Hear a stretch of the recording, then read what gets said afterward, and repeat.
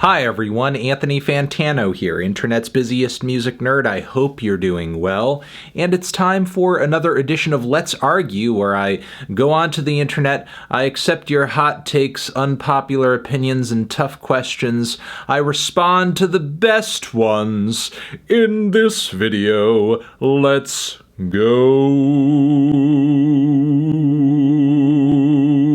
Kendrick won't be able to make an album better than To Pimp a Butterfly because it's too difficult to find issues as impactful as the ones on TPAB. The point you're making here, inadvertently, is that there couldn't have possibly been anything in Kendrick's life going on over the past 4 years that would be as impactful as anything that was going on in his life at the point that he was writing and conceiving of TPAB. And I don't know, man.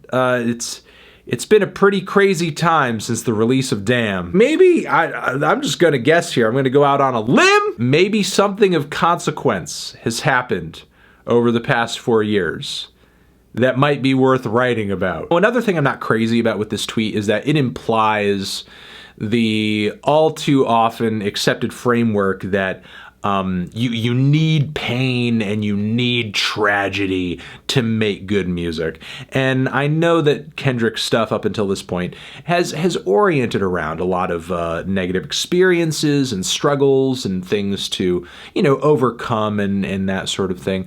But, I don't think Kendrick needs to be going through hell or needs to be going through the worst time of his life ever in order for him to make a good record. I don't think that's the case. I wish the guy well, and whatever he's doing, I hope as a fan it's music oriented. I hope it's coming out well.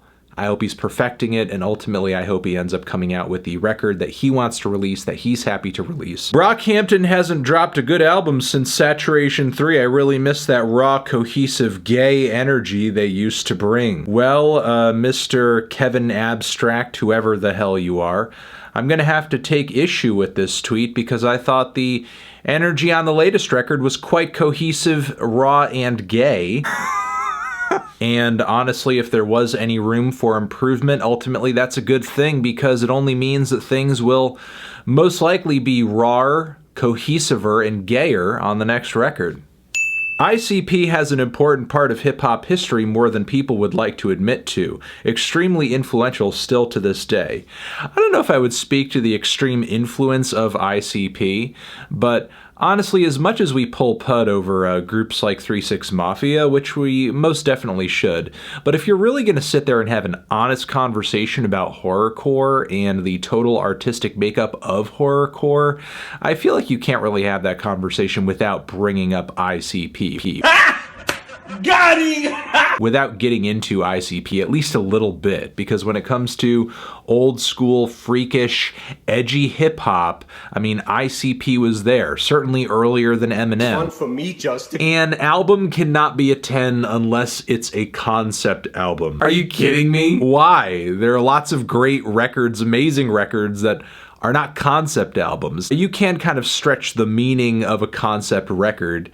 It doesn't simply have to be a narrative or something like that. You could have a concept around a certain sound, style, aesthetic, something like that. But if we're meaning it in the strictest, most ambitious terms, like it's got to be Pink Floyd The Wall, it's got to be TPAB, yada, yada, yada, no, I think you can have a record that's, a 10 out of 10 record that's not a concept album. Why does it have to have a concept? There are plenty of shitty concept albums out there. A concept doesn't necessarily make an album good or better. What is so special about a concept that a 10 out of 10 would necessitate it? This is not much different than saying a 10 out of 10 album has to have this kind of production, or this kind of instrumentation on it, or this kind of singer on it, which again is silly. Your TikTok is lame.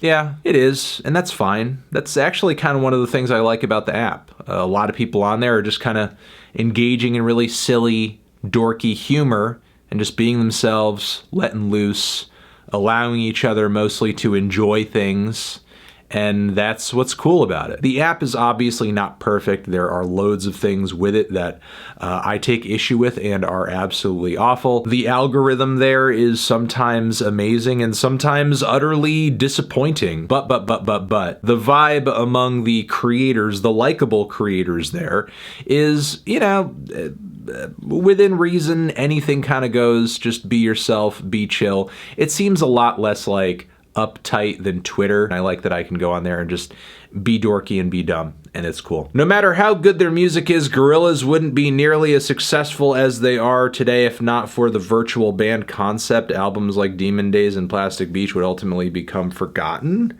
if they were just released under Damon Albarn's name. You're literally just describing their intentions as if it's a smoking gun. That was the point. The point was to create something that would draw more attention to it. Yeah, that's the thing that they did. It was a cool idea. People gravitated to it because the idea was cool. And yeah, maybe it would have gotten slightly less attention if it wasn't the virtual band thing, but maybe Daft Punk wouldn't have gotten so much attention if it weren't for the helmets. I don't know. Like, honestly, who cares? As long as the music is good, who cares? If you add a little bit of theatrics on top of it with an outfit or a virtual band, it's just a fucking cherry on top. All that extra, theatrical stuff is really only dumb, pointless, and a disappointment when the music is bad. And if the music's good, I mean, build on top of that. Sky's the limit. Kids Bop is a necessary evil. You can't definitively know just how good a song is lyrically or musically until you hear it reworked for children.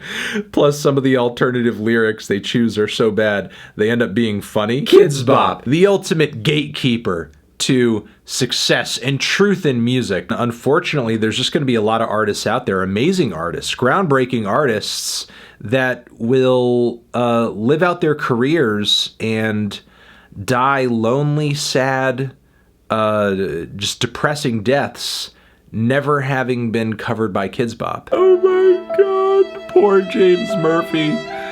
Poor James Murphy. That man will pass without Kids Bop covering not a single one of his songs. Of Montreal is one of the most underappreciated bands of this century. From 2003 to 2008, Kevin put out bangers. I mean, it is true. I wouldn't say that's entirely my favorite of Montreal era, though. I mean, I do love Satanic Panic, though. That is a great record. And Sunlantic Twins does have some bangers on it.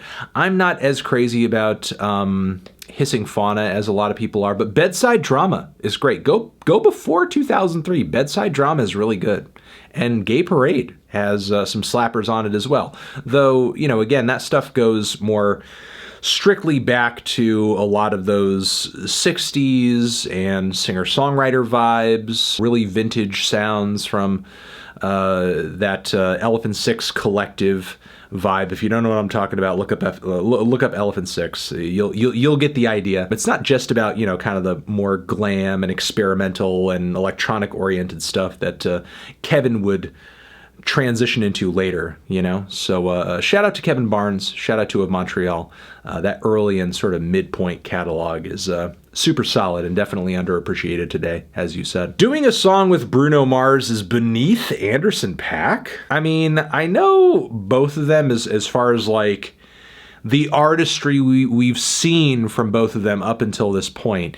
It's different levels, and yeah, sure, Bruno has more corny pop records in his back catalog than maybe some of us would like. But make no mistake, you know, Bruno Mars has taste, Bruno Mars has style, and Bruno Mars has a nice voice. I don't know, I don't think Anderson would work with anybody that he doesn't want to. I mean, given how clean and consistent his discography has been so far, I don't think he would try to blemish it with a record just because he thought it would do well or just because it's with an artist that's popular. If Anderson says he's okay, that's okay with me.